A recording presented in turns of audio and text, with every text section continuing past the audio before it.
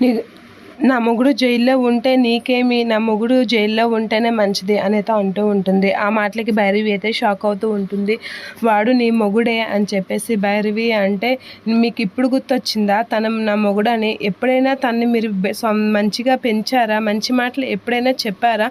మంచిగా 4 మాటలు చెప్పారా? పెళ్ళాన్ని కొడితే కొట్టమని చెప్పారు. పెళ్ళాన్ని చంపడానికి కూడా రెడీ అయ్యాడు. అలాంటి మొగుడు ఉంటేంటి, జైల్లో ఉంటేంటి, ఇంట్లో ఉంటేంటి అని అనేస్తూ ఉంటుంది. భైరవి అయితే షాక్ అవుతూ ఉంటుంది ధరణి మాటలకి. సత్య క్రిష్ని మంచి మాటలతో మంచిగా ఉండి మంచి మాటలతో తనని మార్చుకుంది. కానీ మీరు మాత్రం కొడుకుని ఎప్పుడూ చెడు మార్గంలోనే తీసుకెళ్లారు, చెడు మాటలతోనే పెంచారు, అందుకే అలా తయారయ్యాడు అని చెప్పేసి అయితే అనేసరికి భైరవి అలా షాక్ అవుతూ ఉంటుంది.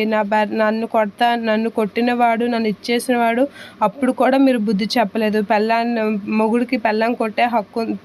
మొగుడు పెళ్ళాన్ని కొట్టే హక్కు ఉందని చెప్పేసి సమర్థించారు. ఇప్పుడు మాత్రం మీరు కానీ ఏది చేసి నా మొగుడిని జైల్లో నుంచి బయటకు తీసుకొస్తే మాత్రం ఊరుకోను. అక్కడ కానీ 4 వాళ్ళు కొడుతూ దంచుతూ ఉంటే ఆ మనిషి అప్పటికైనా తిన్నగొస్తాడేమో చూస్తాను. కుక్కతో ఒక వంకర అన్నట్లుగా ఆ మనిషికి ఎంత కొట్టినా బుద్ధి రాదు అని చెప్పేసి అయితే అంటూ ఉంటుంది. ఆ మాటలకి భైరవి అలా చూస్తూ ఉండిపోతూ ఉంటుంది.